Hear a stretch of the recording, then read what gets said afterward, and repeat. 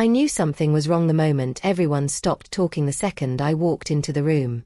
Not slowed. Stopped. Like a switch had been flicked and every whisper died on their tongues. My name is Mara, and until 3 months ago, I thought my older cousin Jenna was the one person in this world who genuinely wanted to see me succeed. We lived in the same house, worked in the same department at the local event planning agency, even shared coffee every morning like some sort of sacred routine. She'd always been the charismatic one, perfect hair, perfect laugh, perfect lies hidden beneath lip gloss and charm. I admired her. Worse, I trusted her. We grew up like sisters. When I moved in with her after college, she swore we'd build our careers together, take over the industry one wedding at a time. And for a while, it felt real. She introduced me to clients, hyped me up in meetings, even insisted I join her on our biggest project, the mayor's daughter's wedding. It was the kind of job that could change a life. I honestly believed she wanted us to rise together. But then came the stares. The fake smiles. The sudden feeling that I was walking through a conversation I wasn't supposed to hear, because I was the conversation. People whispered behind clipboards as I passed. Texts pinged and screens dimmed when I got close. I asked Jenna if I'd done something wrong, and she just laughed it off with a breezy. "You're imagining things, Mara. You overthink too much." Classic Jenna, gentle, comforting, dismissive in a way that made you question your own pulse. Still, doubt gnawed at me. I'd catch flashes of her leaning into co-workers, her voice low but her eyes flicking toward me like she was checking to make sure I wasn't close enough to hear. One afternoon I walked into the break room to find 2 planners staring at me with pity, actual pity, before hurriedly packing their things and leaving. When I asked what was going on, one muttered, "Just, be careful who you trust." Then she rushed out like the walls might swallow her.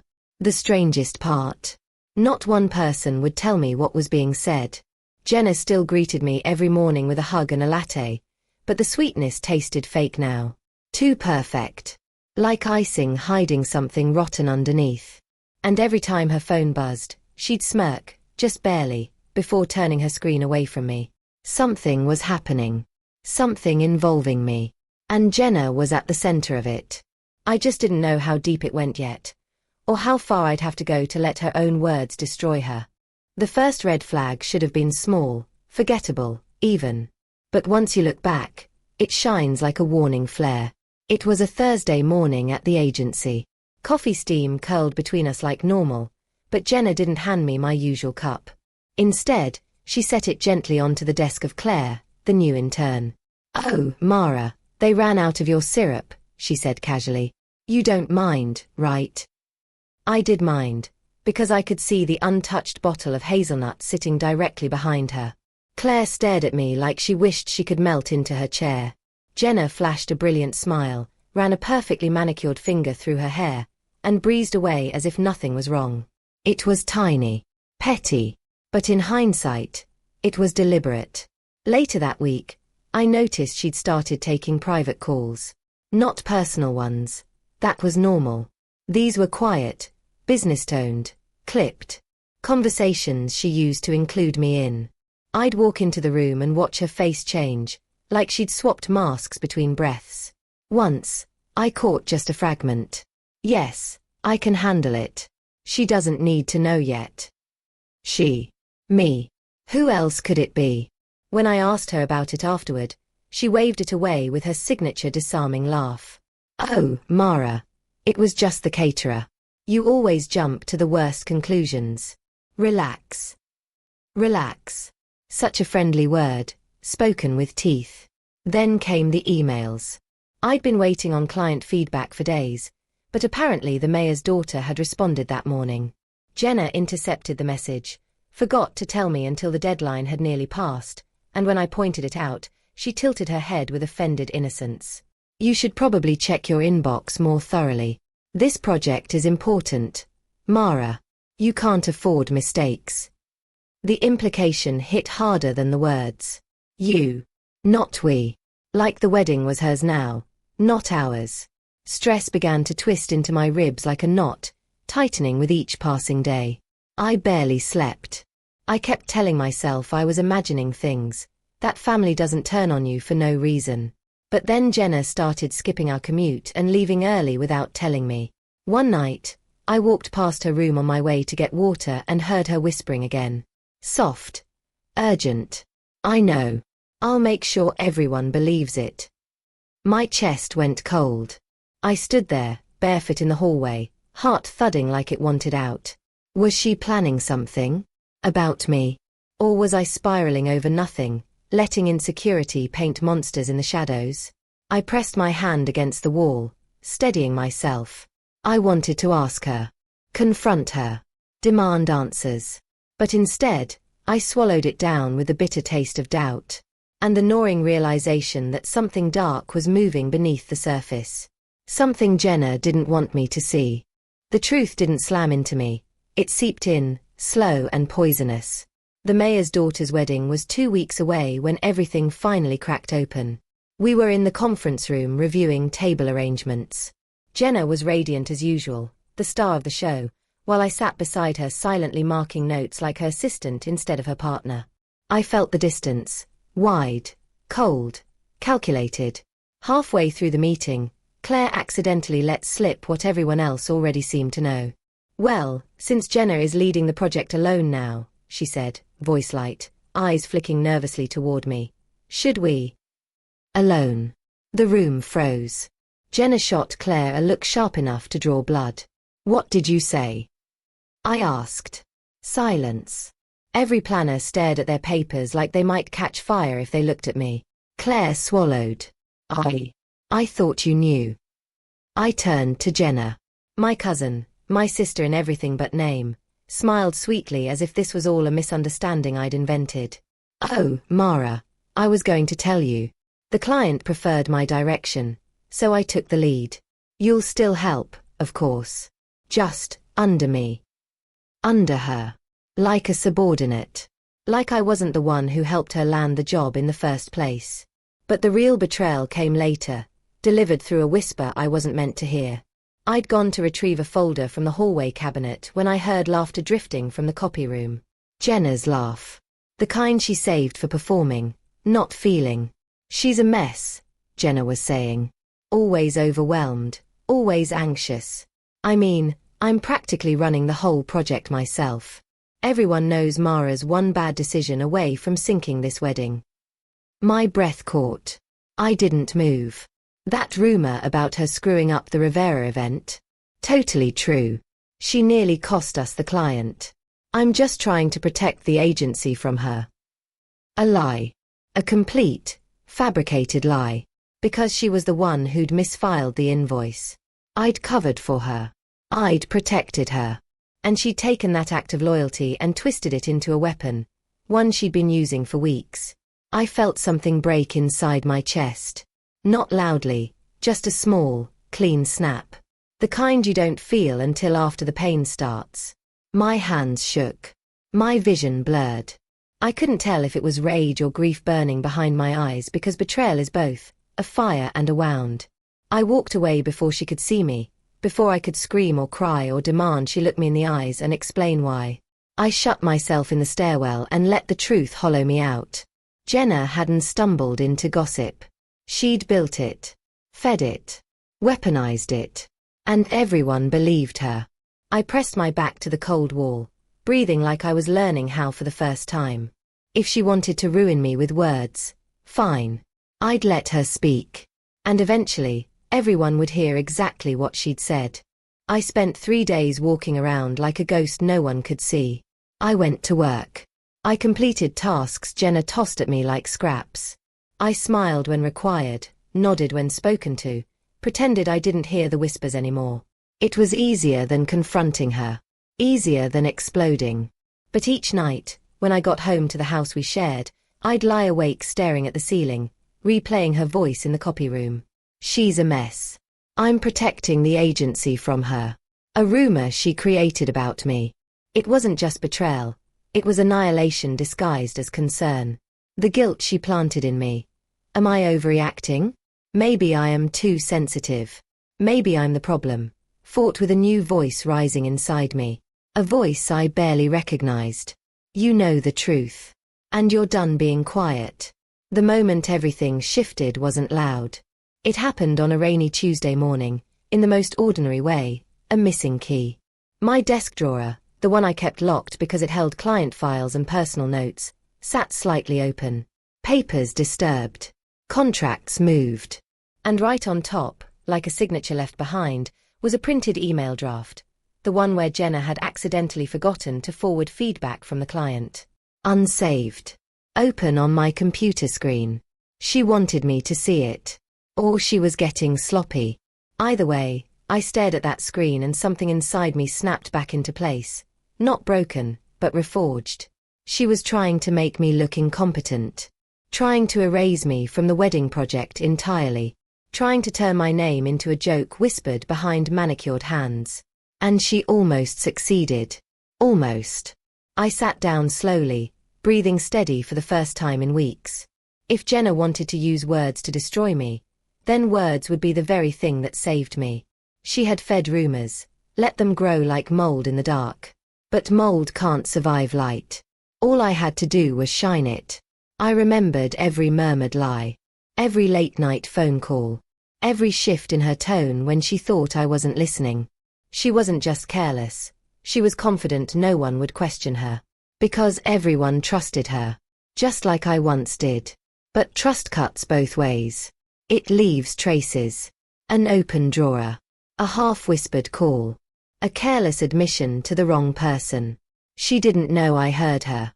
She didn't know the mask was slipping. She didn't know I was done bleeding quietly. I lifted my head, spine straightening, breath deep and clear. I wasn't going to confront her with tears. I wasn't going to argue. I was going to let her words expose her. I would gather proof. I would wait. And then, I would watch her reputation crumble under the weight of her own lies. I needed a plan that felt surgical, not savage. Gossip thrives on noise. Truth needs neat, undeniable lines. So I mapped it out, quiet, precise, every step designed to turn Jenna's own voice into her undoing. I copied every email, every draft, every forgotten attachment I could find. The one in my open drawer. Saved, timestamped, and copied 3 different ways. I set the auto-archive on Jenna's shared calendar entries and downloaded the agency's group chat logs until my laptop looked like Evidence Central. If she'd lied in writing, I wanted it immutable. Claire had been terrified, but she hadn't lied, she'd simply been silenced. I pulled her aside in the quiet of the supply closet, pushed the saved draft across the table, and watched relief replace fear. I heard her say it, Claire whispered, voice raw. She told me she was steering the client away from you. She agreed to be present at a meeting and to speak up, if I protected her role. 2 more planners, tired of Jenna's passive smiles, tipped when I asked. Momentum is contagious. Gossip is performative. It needs an audience. I created one. I circulated a fake, carefully worded, client concern to the team about a possible miscommunication that needed an immediate, public response. Jenna couldn't resist managing the narrative in front of others.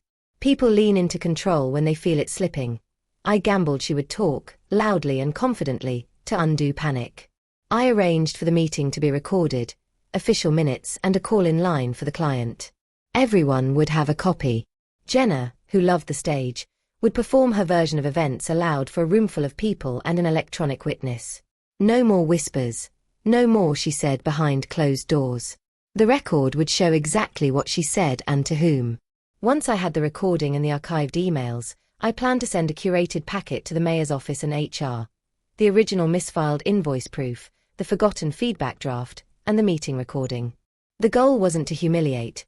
It was to force a formal review before Jenna's stories calcified into permanent belief. All week I moved like a shadow through the office. Quiet files saved, allies briefed, the fake client concern drafted and sent. Jenna smiled more than ever, the kind of smile that thinks the game is still hers. She told Claire to calm down in front of everyone, played protector, tightened the narrative around me like a noose. Every time she smirked at her phone, a small part of me wanted to strike then and there. But I didn't. I waited. Control is a funny thing. It demands patience. The room for the meeting was booked. The recorder was set. Claire agreed to speak. My laptop hummed with copies of truths she thought buried. I looked at Jenna across the office, at the confidence she wore like armor, and felt my pulse steady into a cold, steady rhythm. In an hour, words would fall like dominoes. I swallowed, clicked the send on the calendar invite that would pull everyone together, and watched as the screen flicked back to Jenna's unread message, one she would regret sending. The conference room was too bright. Fluorescent lights hummed overhead like nerves under skin, tables arranged in a tight rectangle. No place to hide, no corner to slip into. Chairs filled one by one. Planners, the department lead, HR, the mayor's liaison on Zoom. And at the head of the table, glowing like she owned the air itself, sat Jenna. She wore white. Not professional white, angelic white. The irony nearly made me laugh. I sat across from her, calm as a held breath. My laptop idled beside me, recording already running. Jenna began the meeting before the director even spoke. "So," she said sweetly, "there have been concerns about Mara's ability to manage details. I've stepped in to make sure nothing jeopardizes the client's wedding." Every syllable smooth. Practiced. Poison. I didn't interrupt. Not yet. I let her speak. Let her build the stage she believed she commanded. Our director frowned. "Mara, is this accurate?" Before I could answer, Jenna leaned in like a benevolent sister. "She's overwhelmed. I'm only trying to help." Gasps and murmurs slid around the table like invisible threads. But then the trapdoor opened. Claire, shaking but brave, cleared her throat. "Actually, that's not true."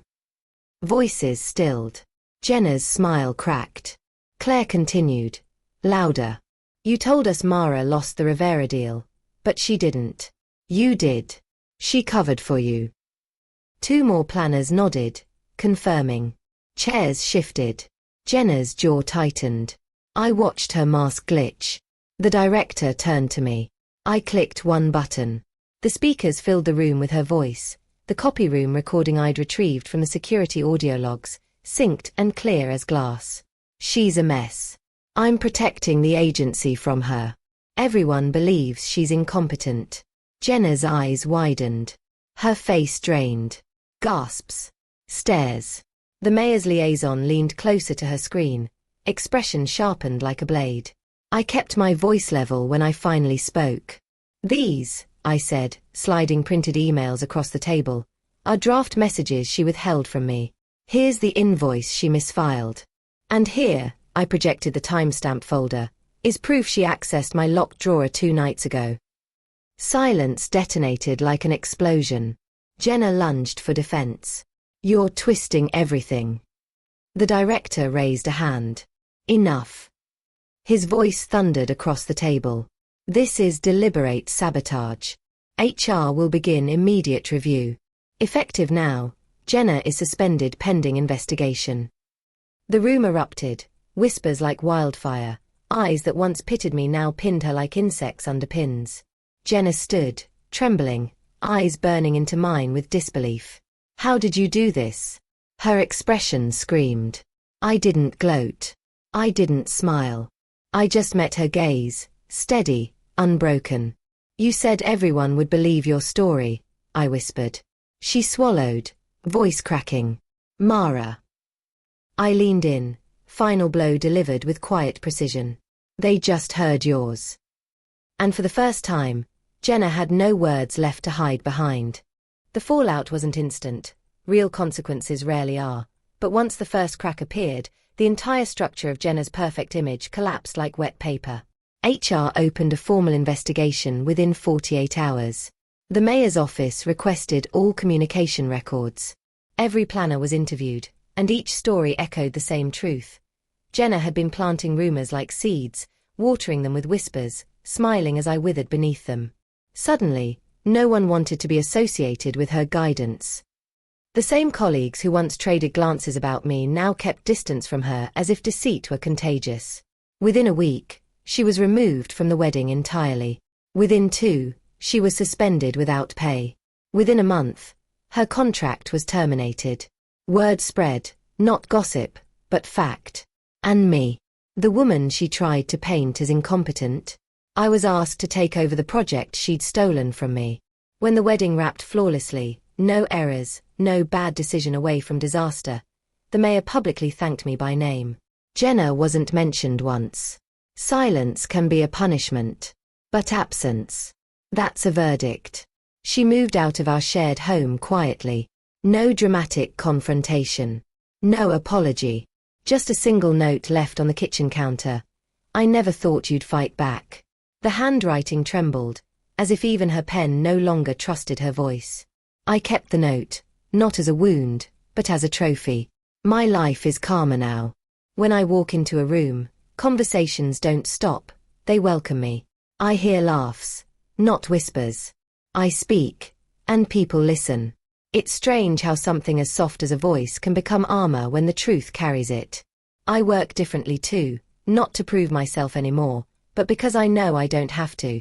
I used to think revenge required fire and chaos. But sometimes the sharpest justice is letting someone reveal themselves. I didn't destroy Jenna. Jenna destroyed Jenna. I simply handed her the mirror.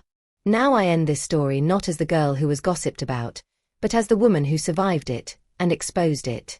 If you're watching this and you've been lied about, undermined, or whispered into doubt, listen to me carefully. You don't always need to shout to be heard. Sometimes the quiet truth is louder than any rumor. Have you ever been betrayed by someone you trusted? Tell me your story in the comments. I want to hear it. And if you want more stories like this, more revenge, more justice, subscribe, because there are many voices out there waiting for a moment to rise. And remember, when they tried to bury me in whispers, I bloomed in the echo of their own words. Rose.